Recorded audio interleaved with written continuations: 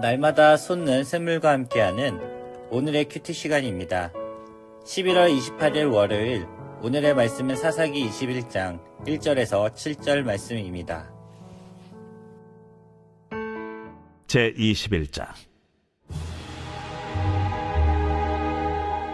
이스라엘 사람들이 미스바에서 맹세하여 이르기를, 우리 중에 누구든지 딸을 베냐민 사람에게 아내로 주지 아니하리라. 백성이 베델에 이르러 거기서 저녁까지 하나님 앞에 앉아서 큰 소리로 울며 이르되, 이스라엘의 하나님 여호와여, 어찌하여 이스라엘에 이런 일이 생겨서 오늘 이스라엘 중에 한 지파가 없어지게 하시나이까? 하더니 이튿날에 백성이 일찍이 일어나 거기에 한 제단을 쌓고 번제와 화목제를 드렸더라. 이스라엘 자손이 이르되, 이스라엘 온 지파 중에 총회와 함께하여 여호와 앞에 올라오지 아니한 자가 누구냐? 이는 그들이 크게 맹세하기를 미스바에 와서 여호와 앞에 이르지 아니하는 자는 반드시 죽일 것이라 하였습니다.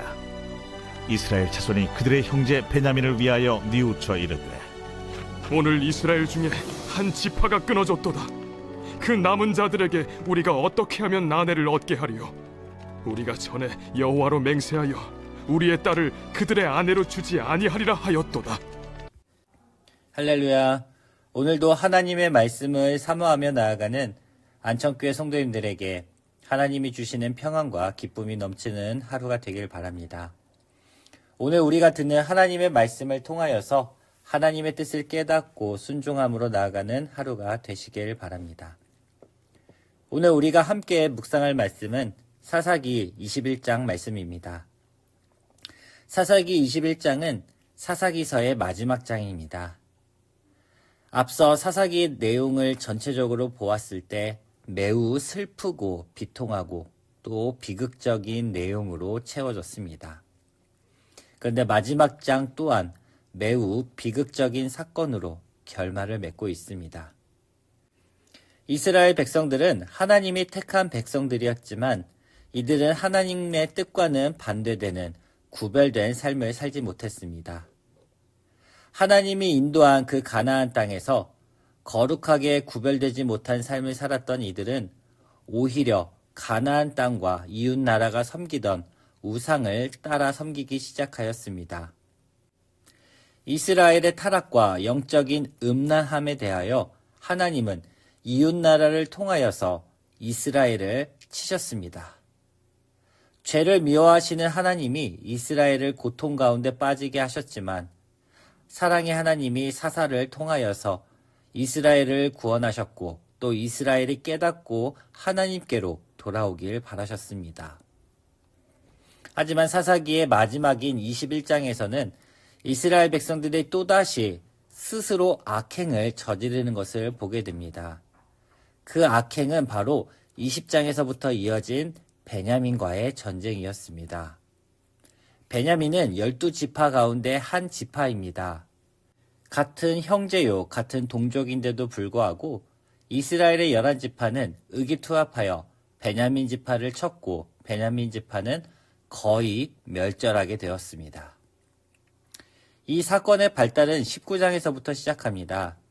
19장 1절 말씀을 보면 이스라엘의 왕이 없을 그때에 에브라임 산지 구석에 거류하는 어떤 레위 사람이 유다 베들레헴에서 첩을 맞이하였더니 라고 시작합니다.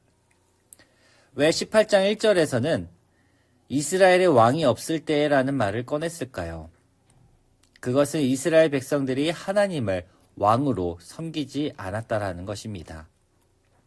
이들 가운데 실제적인 왕은 없었지만 하나님의 통치 아래에 주권 아래에 있었을 때는 이들은 대적할 나라가 없었고 이스라엘 백성들에게는 어려움이 없었습니다.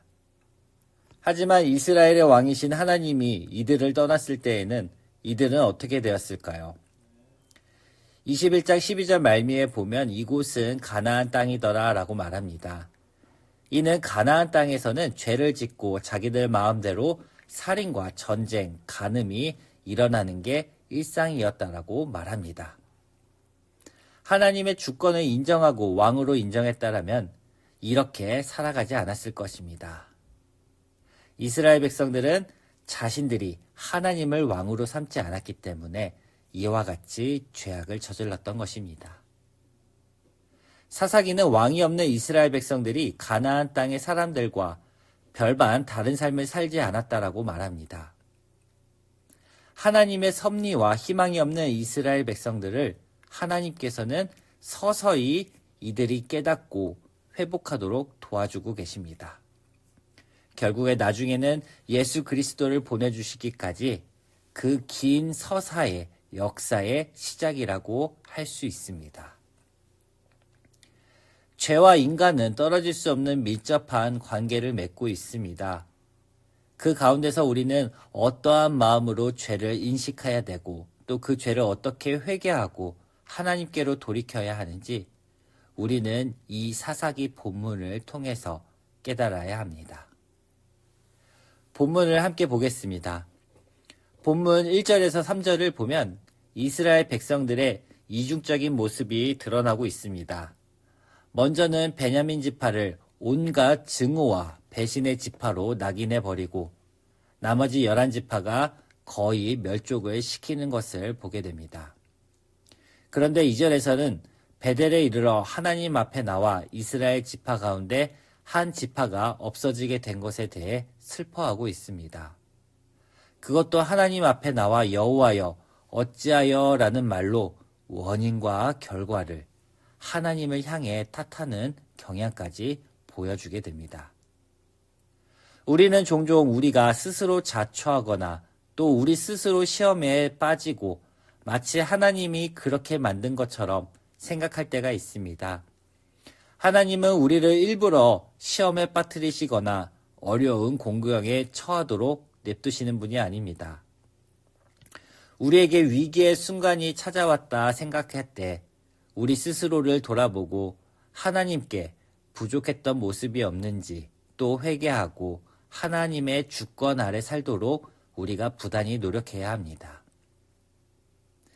다음은 이스라엘 백성들이 베냐민을 치고 그것에 대해서 후회하면서 제단을 쌓고 화목제를 드렸습니다. 그리고 1절에서와 같이 또다시 맹세를 하면서 망언을 하기 시작합니다.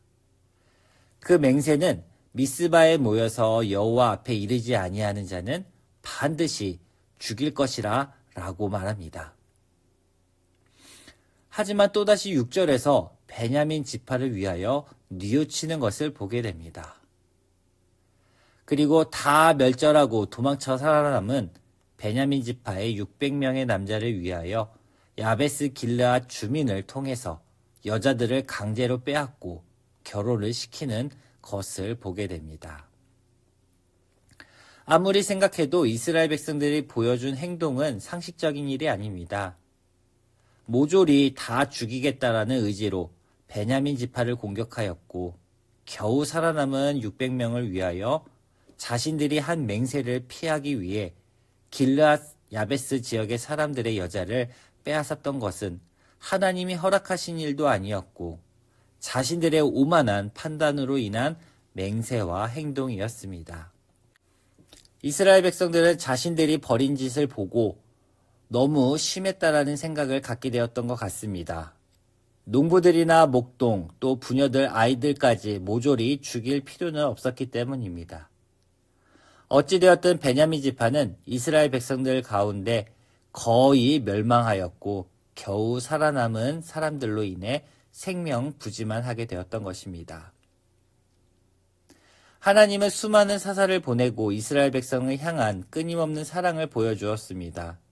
하지만 이스라엘 백성들 가운데는 사랑이 없었습니다. 또한 자기들의 생각과 자신들의 마음에 사로잡혀 맹세와 살인을 서슴없이 행하였던 것을 보게 됩니다. 이것을 한마디로 요약하면 21장 25절 말씀과 같습니다. 바로 그때 이스라엘의 왕이 없으므로 사람이 각기 자기의 소견에 오른 대로 행하였더라. 우리는 하나님의 백성입니다. 하나님의 주권을 인정하고 하나님의 통치 아래에 거하는 사람들입니다. 우리의 소견에 오른 대로 행하는 것은 이스라엘 백성들이 했던 행동과 같은 비상식적이고 또 잔인하고 또 그 행동 자체가 죄가 되는 것입니다. 사랑하는 성도 여러분, 우리는 거룩한 삶, 구별된 삶을 살아가야 합니다. 하나님은 우리를 아낌없이 독생자 예수 그리스도를 내어주시기까지 사랑하셨습니다. 하나님의 주권 아래 살아간다는 것은 우리도 서로 사랑하고 하나님을 사랑하는 삶을 살아가는 것입니다. 하나님의 주권을 인정하는 사람에게는 늘 감사가 따라다니고 매사에 하나님의 응답과 섭리를 구하는 사람입니다.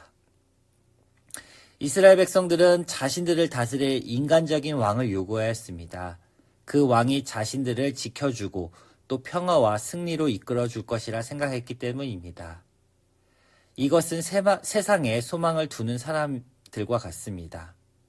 우리는 세상의 왕이 아니라 하늘에 계신 아버지 하나님 그 한 분만을 바라보며 오늘 하루 감사의 삶을 살아가시길 간절히 기도합니다. 함께 기도하겠습니다. 하나님 감사합니다. 이 사사기를 통하여서 하나님의 주권과 하나님의 보호 아래 살아가야 되는 것이 얼마나 중요한지 우리가 깨닫습니다. 우리의 의지와 우리의 생각대로 이 세상을 살아가는 것이 아니라 하나님의 말씀대로 하나님의 가르침대로 우리가 살아갈 수 있도록 도와주시옵소서. 감사하며 예수님의 이름으로 기도합니다. 아멘.